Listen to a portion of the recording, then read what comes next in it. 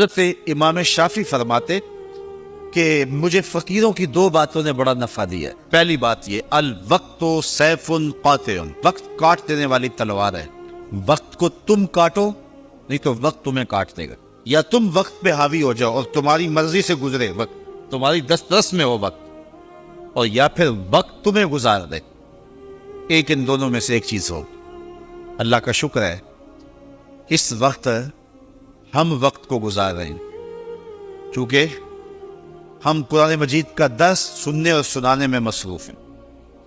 اگر ہم یہاں نہ ہوتے، کہیں بیٹھ کے تاش کھیل رہے ہوتے، تو وقت کی رفتار اور گھڑی کی رفتار کیا اس سے مختلف ہوتی؟ وہ اسی رفتار سے چل رہی ہوتی، لیکن پھر وقت ہمیں گزار رہا ہوتا۔ لیکن اب وقت کو ہم گزار رہے ہیں۔ کہا ایک تو فقیروں کی اس بات نے مجھے بڑا نفع دیا اور میں وقت کو گزارا ہے، وقت نے مجھے نہیں گزارا۔ دوسری بات فقیروں کی جو میرے لیے بڑی نفع بخش ثابت ہوئی، وہ یہ ہے کہ درویش کہتے ہیں، اللہ والے لوگ کہتے ہیں کہ اپنے آپ کو نیکی کے کام میں لگا دو ورنہ نفس تمہیں برائی کے کام میں لگا دے گا۔ آپ اپنے آپ کو کھینچ کے یہاں لے آئے نا، اگر نہ یہاں کھینچ کے لاتے اور نفس مجھے یا آپ کو کسی اور جگہ لے جاتا تو پھر ہمارا وقت کتنا برباد ہوتا۔ تو کہا تم کھینچ کے اپنے آپ کو نیکی کے کام پہ لگا دو ورنہ نفس جو ہے وہ تمہیں برائی کے کام پہ لگا دے۔ بلکہ صوفیاء کے ہاں اس بات کا خیال رکھا جاتا ہے کہ وقت کا زیادہ اچھا مصرف کیا ہے، بہتر سے بہتر کی تلاش۔ حضرت اویس کرنی رضی اللہ تعالیٰ عنہ وہ حضور کی زیارت نہیں کر سکے۔ بوڑھی ماں تھی جن کی خدمت ان کو حضور کی زیارت سے روکے ہوئے تھی، بلکہ حضور اپنی قمیص کے بٹن کھول کے یمن کی طرف رخ کر کے لمبی لمبی سانسیں لیتے اور فرماتے ہیں مجھے یمن سے یار کی خوشبو آ رہی ہے۔ تو کسی نے کہا حضور وہ اتنا آپ اس سے پیار کرتے ہیں اور وہ ملنے بھی نہیں آیا آپ کو؟ کہا اس کی بوڑھی اور نابینا ماں ہے جس کی خدمت اسے میرے حضور آنے سے روکے ہوئے، اور کوئی اویس بن عامر کو ملے اور میرا سلام کہے اور اس کو کہے کہ میری امت کی بخشش کی دعا کرے۔ معلوم ہوا جو ماں باپ کے خدمت گزار ہوتے ہیں ان کی دعائیں رد نہیں ہوتی۔ حضرت عمر اور حضرت علی المرتضیٰ رضی اللہ تعالیٰ عنہ گئے دور فاروقی میں حضرت اویس کو ملنے کے لیے۔ خیر ملاقات ہو گئی تو جا کے حضور کا سلام دیا، بس اویس کی آنکھوں سے جھرنے پھوٹنے لگے آنسوں کے، تڑپ گئے، بدن پہ کپ کپی، آنکھوں میں آنسو، اور بار بار پوچھتے تھے میرے رسول کے لبوں پہ میرا نام کیسے آیا تھا، کیسے حضور نے کہا تھا اویس کو میرا سلام دینا۔ اللہ اکبر۔ کچھ دیر گفتگو ہوئی تو حضرت اویس کرنی نے ہاتھ آگے بڑھاتے ہوئے کہا اچھا پھر آپ نے بھی آخرت کی تیاری کرنی ہوگی، میں نے بھی آخرت کی تیاری کرنی ہے، حشر کے دن ملاقات ہوگی۔ تو دیکھیے کہ یہ لوگ وقت کے کتنے قدردان ہیں اور وقت کی اہمیت کو کتنا سمجھتے ہیں۔ جس قدر وقت کو فقیر لوگوں نے مینج کیا ہے دنیا کا کوئی شخص نہیں کر سکتا۔ یار 90 لاکھ لوگوں سے تو ہم ساری زندگی میں ملتے نہیں ہیں، اور غریب نواز نے 90 لاکھ کو کلمہ پڑھا دیا، تو کیسے وقت کو استعمال کیا؟ امام بخاری کو دیکھیں، امام غزالی کو دیکھیں، امام رازی کو دیکھیں، حضرت امام احمد بن حنبل کو دیکھیں، ان لوگوں کا کام دیکھیں، امام احمد رضا کو دیکھیں۔ 1600 کتابیں لکھ دینا کوئی تماشا لب بام تھوڑا ہے؟ تو کیسے انہوں نے وقت کو گزارا اور وقت کی اہمیت کو جانا، اور ہم ہیں کہ اپنا وقت ضائع کر رہے ہیں۔ چائے والے کھوکھے پہ بیٹھ کے تو وقت گزر گیا، اور حمام پہ بیٹھے تو وقت بیت گیا، گپ شپ شروع ہوئی تو بس اس پہ وقت لگ گیا۔ والذین هم عن اللغو معرضون، وہ لغویات سے اعراض کرتے ہیں۔ آگے سورہ فرقان ہے اسی 18ویں پارے میں، وہاں فرمایا کہ جب وہ لغو سے گزرنے کی نوبت آ جائے تو عزت سے گزر جاتے، وہ باندر کا تماشا دیکھنے رک نہیں جاتے۔ ان کے مقاصد جلیل ہیں، ان کی زندگی کے بڑے مقاصد ہیں، وہ اپنی زندگی کو ان مقاصد کے حصول کے لیے لگا کے بیٹھے ہوئے ہیں، تو اب وہ اپنے وقت کو ضائع نہیں کرتے۔ تو کہا محبوب مجھے قسم تیرے زمانے کی، انسان خسارے میں، اب انسان تو خسارہ ماننے کو تیار نہیں ہے. وہ کہتا میں تو خسارے میں نہیں ہوں، میں تو ہواؤں کے دوش پہ اڑتا ہوں، میں تو کائنات کو نخچیر بنایا ہوا ہے، زمانہ میرا باج گزار ہے، ستاروں پہ کمندے میں ڈال چکا ہوں، میں اپنی زندگی کو آسائشوں سے بھر لیا ہوا ہے. کہاں وہ گھاس پھوس کے جھونپڑے اور کہاں عالی نصف کوٹھیاں، کہاں کھانے کے لیے نان شبینہ بھی میسر نہیں تھا، اور کہاں اتنے کھانے کہ انتخاب مشکل ہو جاتا ہے، کہاں پیوند لگے ہوئے کپڑے اور کہاں اتنے لباس ہیں کہ بدلنے کی باری نہیں آتی ہے. تو میں تو خسارے میں نہیں ہوں، میں تو ہواؤں کے دوش پہ اڑتا ہوں، میں تو سمندر کی تہوں میں اتر جاتا ہوں، میں تو پوری دنیا کو گلوبل ولیج بنا لیا ہوا ہے، میں تو کائنات کا سارا حسن کشید کر لیا ہے، میں تو خسارے میں نہیں ہوں. اللہ کہتا ہے محبوب مجھے قسم تیرے زمانے کی یہ خسارے میں ہے. یہ خسارہ ماننے کو تیار نہیں، اور اللہ کہتا ہے محبوب مجھے تیرے زمانے کی قسم یہ خسارے میں. تو امام راضی فرماتے ہیں، آپ فرماتے ہیں جو خسارہ ہے یہ انسانیت کا ہے.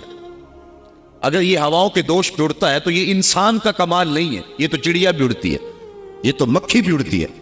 اگر یہ پانی میں تیرتا ہے تو یہ تو مچھلی بھی تیرتی ہے.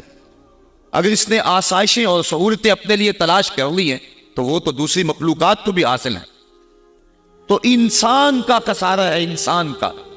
یہ جو عروج جس کی یہ کہانی سنا رہا ہے یہ حیوانیت کا عروج ہے، اس کی انسانیت کہاں گئی؟ ہواؤں کے دوش پہ تو اڑتا ہے لیکن من کی دنیا سے تو ناآشنا ہے. یہ ستاروں پہ کمندے تو ڈال رہا ہے، ہمسائے کی تو خبر نہیں سے کو. یہ دنیا کے اوپر بڑا باخبر شخص ہے لیکن اس سے جو ہے وہ اپنے من کی خبر بھی نہیں ہے. ہمارا نرم رو قاصد پیام زندگی لایا، خبر دیتی تھی جن کو بجلیاں وہ بے خبر نکلے. یہ تو من سے ناآشنا ہے. کہاں گئی اس کی انسانیت؟ یہ ہواؤں میں اڑتا ہے، اگر چاند کی چھاتی پہ قدم رکھ چکا ہے وہاں سے خاک لا کے دکھاتا پھرتا ہے کہ یہ میں نے جو چاند سے خاک جو ہے وہ اکٹھی کی تھی اور یہ دیکھو میں تمہارے سامنے رکھ رہا ہوں. تو زمین پہ پہلے تھوڑا بوجھ تھا کہ اور خاک لے آیا. انسانیت کو اس کا کیا فائدہ ہوا؟ یہ انسانیت کا عروج نہیں ہے. انسان تو خسارے میں ہے، انسانیت تو ڈوب رہی ہے. گھر کی آگ بجھی تو کچھ سامان بچا تھا جلنے سے، سو وہ بھی ان کے ہاتھ لگا جو آگ بجھانے آئے تھے. اس کی انسانیت کہاں گئی؟ یہ بھائی ہو کے بھائی کا گلا نہیں کاٹا، کہاں گئی اس کی انسانیت؟ کہا محبوب مجھے قسم ہے تیرے زمانے کی یہ خسارے میں ہے. اور قسم محبوب کے زمانے کی اس لیے فرمائی کہ محبوب کے زمانے میں انسان عروج پہ تھا، انسان نقطۂ کمال پہ تھا. اس دور کا انسان دیکھنا ہو تو ابو بکر و عمر کو دیکھو. تو کہا محبوب مجھے قسم تیرے زمانے کی یہ انسان خسارے میں. اگرچہ یہ ہواؤں کے دوش پہ اڑتا ہے لیکن اس کی انسانیت لٹ چکی ہے. اور اگر اس نے انسان دیکھنا ہے تو محبوب آئے تیرے دور میں. یہ تو بھائی بھائی کا گلا کاٹ رہا ہے، خون سفید ہو گیا. ایکسیڈنٹ میں جو بچ جاتے ہیں وہ مرنے والوں کی گھڑیاں اتارتے ہیں. اس کی تو حالت انسانی جو ہے وہ برباد ہو چکی ہے.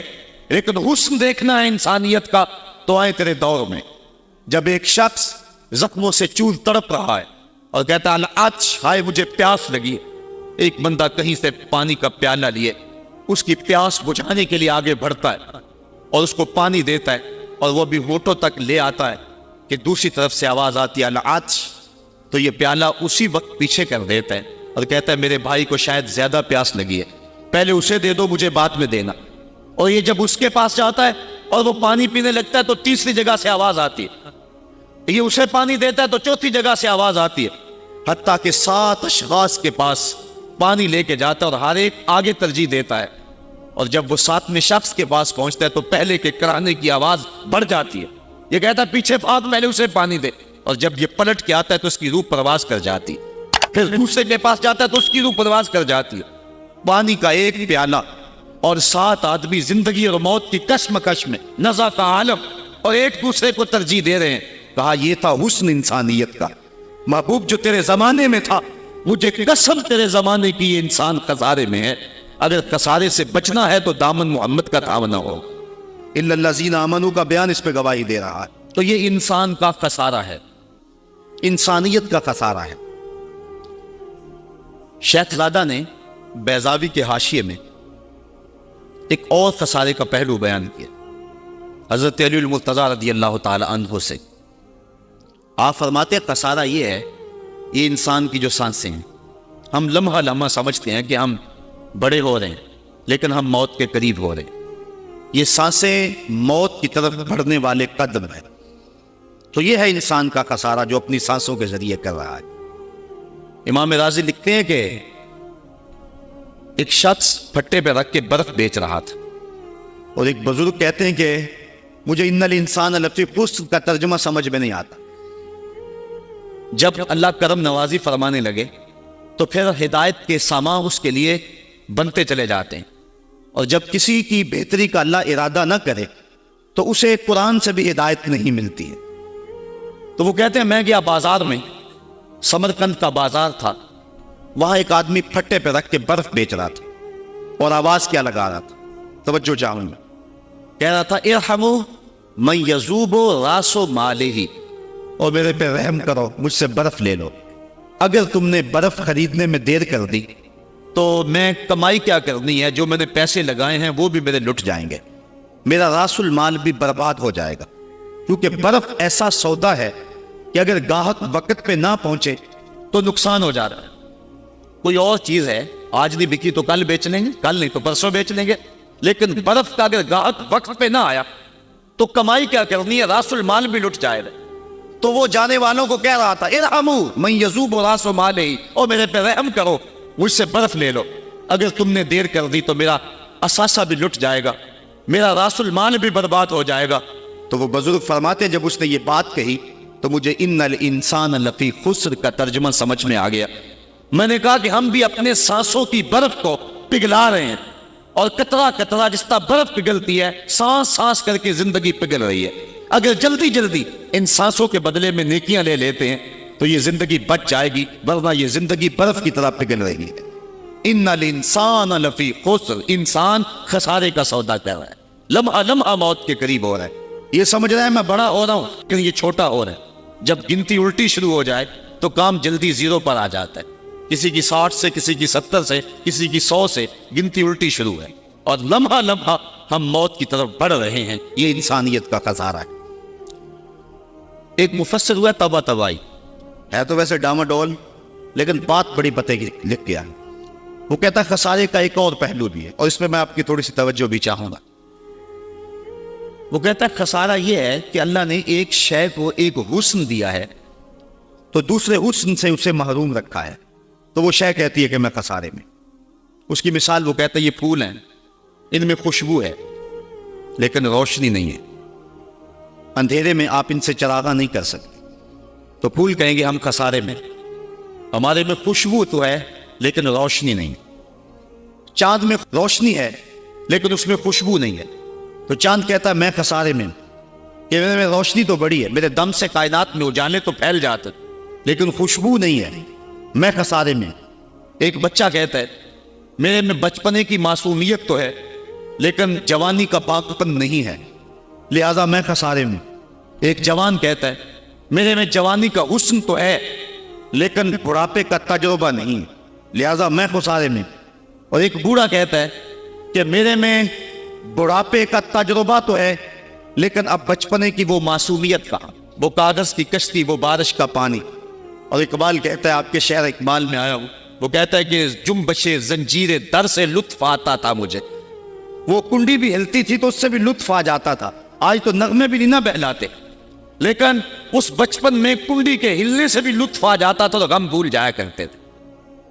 وہ کیا کسی نے کہا تھا کہ اپنے جل جانے کا بھی احساس نہیں تھا، جلتے ہوئے شعلوں کو چھیڑا کرتے تھے، اب تو ایک آنسو بھی رسوا کر جاتا ہے، بچپن میں جی بھر کے رویا کرتے تھے، اب تو وہ رونے کا حسن بھی نہیں نہ رہا۔ تو کہا کہ میرے پاس بڑھاپے کا تجربہ تو ہے لیکن بچپنے کی معصومیت نہیں ہے، لہذا میں خسارے میں ہوں۔ ایک شب زندہ دار کہتا ہے کہ میرے پاس سحری کے آنسو تو ہیں لیکن علم کا باقپن نہیں ہے، اور ایک عالم کہتا ہے کہ میرے پاس علم کے کمال تو ہیں لیکن تہجد کے سجدے نہیں ہیں، لہذا میں خسارے میں ہوں۔ بلبل کہتی ہے میرے لہجے میں تو حسن ہے لیکن میرے بازوؤں میں طاقت نہیں ہے، لہذا میں خسارے میں ہوں۔ شیر کہتا میرے بازو میں تو طاقت ہے لیکن میرے پیر نہیں ہے کہ میں اڑ سکوں، لہذا میں خسارے میں ہوں۔ کوئل کہتی ہے میرے لہجے میں تو جادو ہے لیکن رنگ میرا کالا ہے، لہذا میں خسارے میں ہوں۔ مور کہتا ہے میرے پروں میں تو حسن ہے لیکن میرے پاؤں بدصورت ہیں، لہذا میں خسارے میں ہوں۔ تو وہ کہتا ہے کہ کائنات کی ہر شے کسی نہ کسی طرح خسارے میں ہے، لیکن پھر کہتا ہے اگر تمہیں شوق ہو کہ ایک ذات ایسی بھی دیکھے جس میں خسارہ نہ ہو تو آؤ مدینے کی گلی میں آ جاؤ۔ حسن کی ساری شوقیاں، جمال کے سارے کریمے اور حسن کا سارا پاک پن اگر ایک ذات میں دیکھنے کا شوق آ جائے، حسن یوسف دم عیسیٰ ید بیسا داری ہما دارند آنچ گوبا تو تنہا داری۔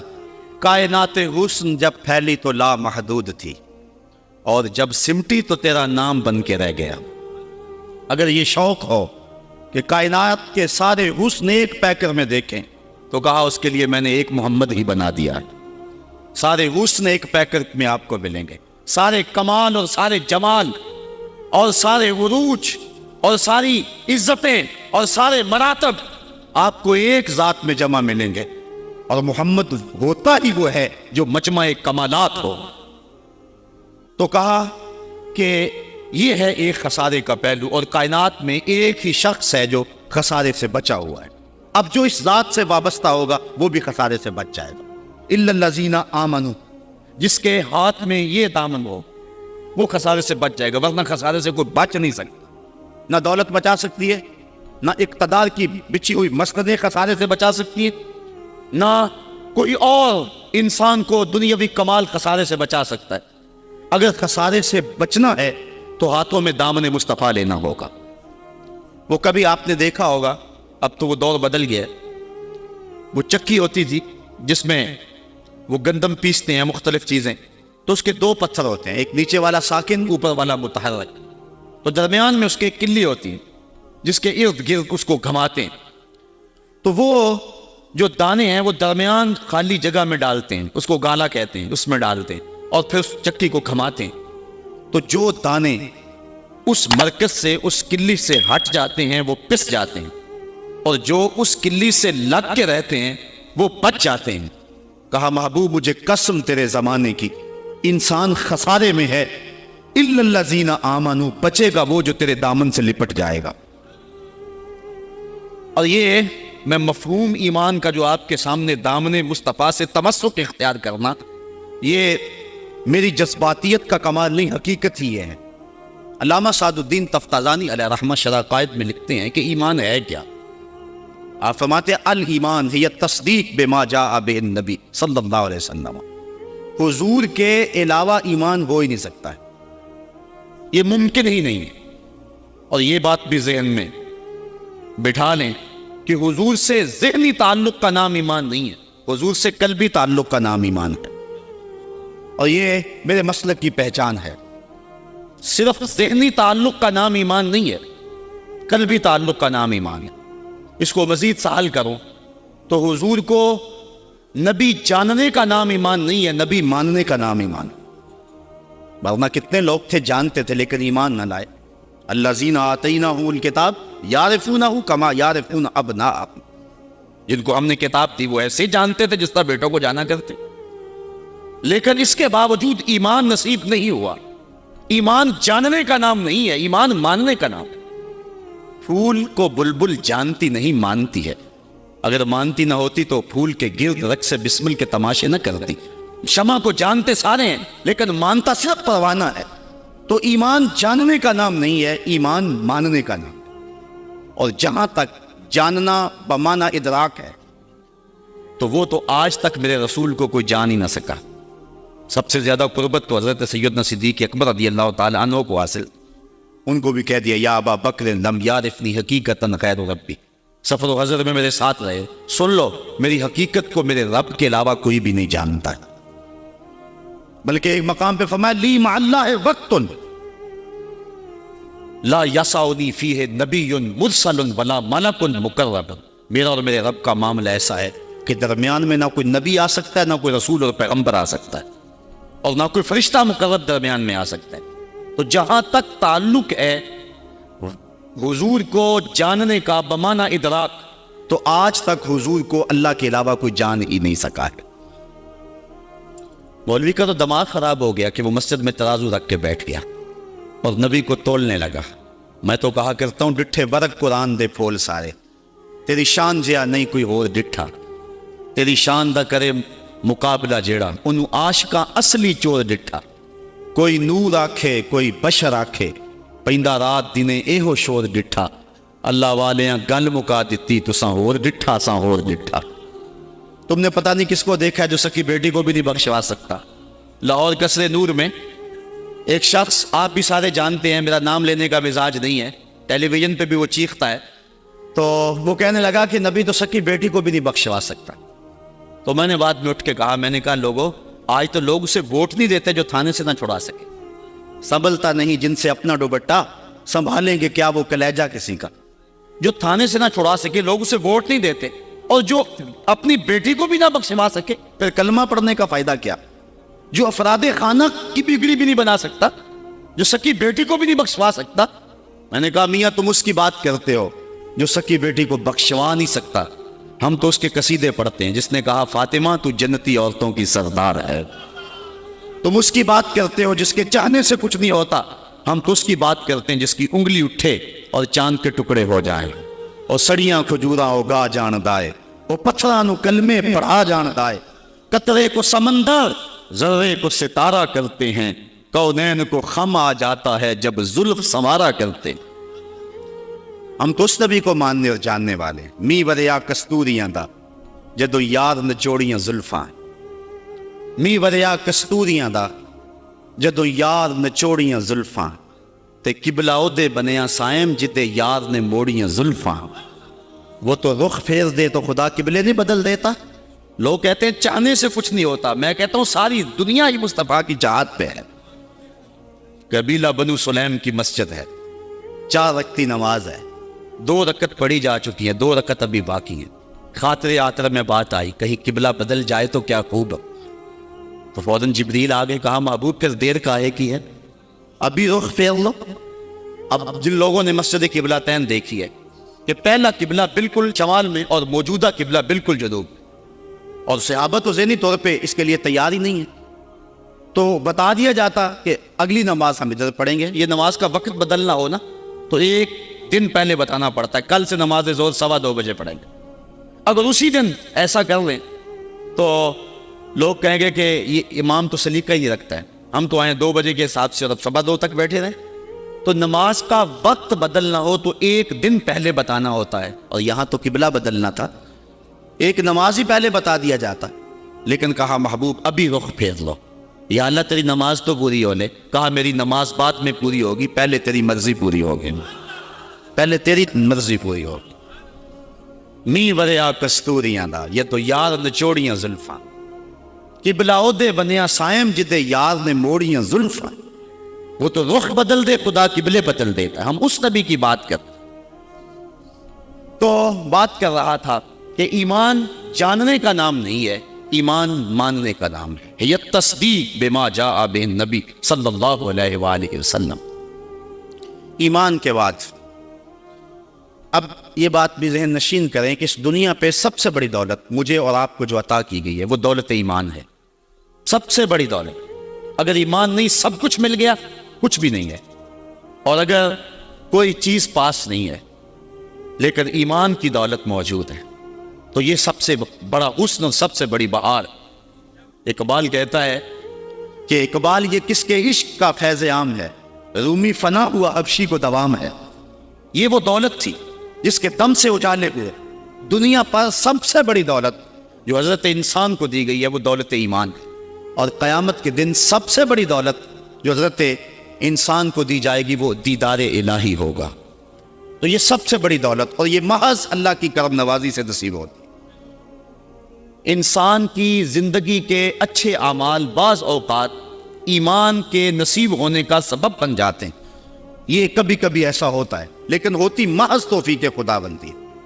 اس کی مثال جس طرح المچاشی فرزدق شاعر کا دادا حضور کی خدمت میں حاضر ہوتا ہے اور آقا کریم کی خدمت میں حاضر ہو کر کے اسلام کی دولت سے مالا مال ہوتا ہے، اور پھر عرض کرتا ہے حضور میں نے اپنے زمانہ جاہلیت میں 360 بچیوں کو زندہ درگور ہونے سے بچایا، تو کیا مجھے اس نیک عمل کا جو زمانہ جاہلیت میں نے کیا اس کا کوئی صلہ ملے گا؟ کیونکہ شاعر تھے اور شاید بڑا گداز اور نرم دل ہوتا ہے، وہ تو شاخ سے ٹوٹتے ہوئے پھول کو بھی برداشت نہیں کر سکتا۔ وہ کیا کہا تھا اقبال نے، دل نہیں شاعر کا ہے کیفیتوں کی رست خیز، کیا خبر تم کو درون سینہ کیا رکھتا ہوں میں، سچ اگر پوچھے تو افلا سے تخیل ہے وفا، دل میں ہر لہجہ نیا محشر بپا رکھتا ہوں میں، در غم دیگر بسوزو دیگر آرا ہم بسوز، گفتبت روشن حدیث گر توانی دار ہوش، کہہ گئے ہیں شاعری جزویست از پیغمبری، ہاں سنا دے پڑھ کے ان کو پیغام سروش۔ امیر منائی نے غالباً کہا تھا کہ خنجر چلے ہم پہ، خنجر چلے کسی پہ ہم، اور تڑپے جو ہم امیر تو درد سارے جہاں کے ہمارے جگر میں۔ اور اقبال نے آنکھ سے تشبیہ دی شاعر کو ایک جگہ پہ، مبتلا درد ہو کوئی عذر روتی ہے آنکھ، کس قدر ہم درد سارے جسم کی ہوتی ہے آنکھ۔ تو جب کوئی ظالم باپ اپنی بیٹی کو زندہ درگور کرنے لگتا تو یہ کہتا کہ میں تڑپ گاپن اونٹنیاں دے کر کے اس بچی کی جان چھڑا لیتا۔ اس طرح میں نے 360 بچیوں کی جان چھڑائی، کیا زمانہ کفر میں کیے گئے میرے اس نیک عمل کی مجھے کوئی جزا ملے گی؟ تو حضور نے مسکرا کے فرمایا کہ تجھے اس کی جزا مل تو گئی ہے کہ اللہ نے تجھے ایمان عطا فرما دیا۔ تو کبھی ایسا ہوتا ہے، لیکن اگر ایمان نہیں ہے تو اعمال کی جزا نہیں ہے۔ اسی لیے الا الذین آمنوا وعملوا الصالحات، اعمال کی جزا بصورت ایمان اگر مل جائے تو مل جائے، اور اگر ایمان نہیں ہے تو پھر آخرت میں لا خلا کوئی حصہ نہیں ہے۔ الا الذین آمنوا وعملوا الصالحات، انسان خسارے میں ہے۔ خسارے سے بچے گا وہ جس کے دامن میں 4 چیزیں ہیں، ایک ایمان، اور دوسرا اعمال صالحہ۔ ایمان کی زینت ہے، ہمارے احناف کے نزدیک اعمال نفس ایمان میں داخل تو نہیں ہے کیونکہ وہ مجرد تصدیق قلبی کا نام ہے، لیکن ایمان کا غصن جو ہے وہ اعمال ہیں۔ آج ہمارا حال یہی ہے کہ دعوی ایمان ہمارے پاس موجود ہے لیکن مسلمانوں والے اعمال ہمارے پاس نہیں ہیں۔ تیرے صوفے ہیں فرنگی، تیرے کالی ہیں ایرانی، خوں کے آنسو رلاتی ہے جوانوں کی تن آسانی، ہر کوئی مست مئے ذوق تن آسانی ہے، تم مسلمان ہو یہ انداز مسلمانی ہے، حیدری فقر ہے نئے دولت عثمانی ہے، تم کو اسلاف سے کیا نسبت روحانی ہے، وہ معزز تھے زمانے میں مسلمان ہو کر اور تم خار ہوئے ہو تارک قرآن ہو کر۔ آج ہم صرف دعوے کی حد تک ہے۔ شکوے میں اقبال جب چیخ چیخ کے کہتا ہے کہ تیرے کعبے کو جبینوں سے بسایا ہم نے، نو انسانی کو غلامی سے چھڑایا ہم نے، صفائے دار سے باطل کو مٹایا ہم نے، تیرے قرآن کو سینوں سے لگایا ہم نے، پھر بھی گلا ہے ہم سے کہ وفادار نہیں، ہم وفادار نہیں تو بھی تو دلدار نہیں۔ تو جب اس کا جواب آتا ہے تو سنیے، لہجہ تھوڑا سا بدلا، کہ میرے کعبے کو جبینوں سے بسایا کس نے، نو انسانی کو غلامی سے چھڑایا کس نے، صفائے دار سے باطل کو مٹایا کس نے، میرے قرآن کو سینوں سے لگایا کس نے، تھے تو آباب تمہارے ہی مگر تم کیا ہو، ہاتھ پہ ہاتھ درے منتظر فردا ہو۔ ذرا کبھی اپنے اندر جھانک کر کے دیکھا کہ ہم ہیں کہاں اور کس جگہ پہ کھڑے ہوئے۔ آج ہم مسلمان ہونے کی بات کرتے ہیں لیکن کبھی دیکھیں کہ ہمارے عمل کی پوزیشن اور حالت کیا ہے، آج ہم کس جگہ پہ کھڑے ہوئے ہیں۔ لالو لکشمن پرشاد نے ایک کتاب لکھی عرب کا چاند، اور یہ ایک ہندو رائٹر ہے، اور اس میں اس نے حضور کی سیرت اتنے خوبصورت اور دل فریب پیرائے میں بیان کی کہ گویا سطروں کے اندر چراغ ہی رکھ دیے ہیں۔ تو کسی نے سوامی لکشمن پرشاد سے پوچھا کہ تو نے مسلمانوں کے نبی پر اتنی خوبصورت سیرت کی کتاب لکھی ہے، تو حضور کا غلام کیوں نہیں بن جاتا؟ تو جو اس نے جواب دیا، اگر ہم اس پہ تھوڑا سا تفکر کریں تو وہ ہماری آنکھیں کھول دینے کے لیے کافی ہے، لیکن اگر ہم اس پہ غور نہ کریں تو وہ ایک گاڑی ہمارے روڈ پہ چلتی ہے، اس کے پیچھے لکھا ہوا عقل نہ ہو تو موجہ ہی موجہ۔ بات یہ ہے، بات سوچنے والوں کے لیے ہوتی ہے۔ تو سوامی نے جواب دیا تھا کہ جب میں نے حضور کی سیرت لکھنے کے لیے امہات کتب سیر کو پڑھا تو یہ جذبہ میرے سینے میں بھی گڑائیاں لینے لگا کہ میں اس نبی کا غلام کیوں نہیں بن جاتا۔ لیکن جب میں مسلمانوں کے کردار کو دیکھتا ہوں تو میں کہتا ہوں میں ہندو ہی ٹھیک ہوں۔ ہمارا کردار لوگوں کے ایمان کے راستے میں رکاوٹ بنا ہوا، اور ایک زمانہ تھا کہ ہماری میتیں بھی ایمان دیا کرتی تھی۔ امام محمد کا جب جنازہ اٹھا تو پورا پسرا امڑ آیا، یہودی عیسائی کہنے لگے مسلمانوں کا امام جا رہا ہے اور اس کا آخری دیدار ہے، چلو تم بھی آخری دیدار میں شامل ہو جاؤ، جنازے میں شامل ہو جاؤ۔ لوگ ذوق و شوق کی فراوانی میں آگے بڑھ بڑھ کے جنازے کی چارپائی کو کندھا دے رہے تھے۔ تو اگر کسی عیسائی اور کسی یہودی کا جی چاہا کہ میں بھی مسلمانوں کے امام کے جنازے کی چارپائی کو کندھا دوں، تو ہمیں تاریخ بتاتی ہے پھر جس کا کندھا امام محمد کے جنازے کی چارپائی کو چھوا اس کے لبوں پہ کلمہ جاری ہو گیا۔ ہمارے بزرگوں کی تو لاشیں بھی کلمہ دیا کرتی تھی، اور آج ہماری زندہ لاشیں لوگوں کے ایمان کے راستے کے اندر رکاوٹ بنی ہوئی۔ ہم کبھی غور کریں، رو رہی ہے آج ایک ٹوٹی ہوئی مینا اسے، کل تلک گردش میں جس ساکی کے پیمانے رہے، خیر تو ساکی سہی لیکن پلائے گا کسے، اب نہ میں کش رہے باقی نہ میں آنے رہے۔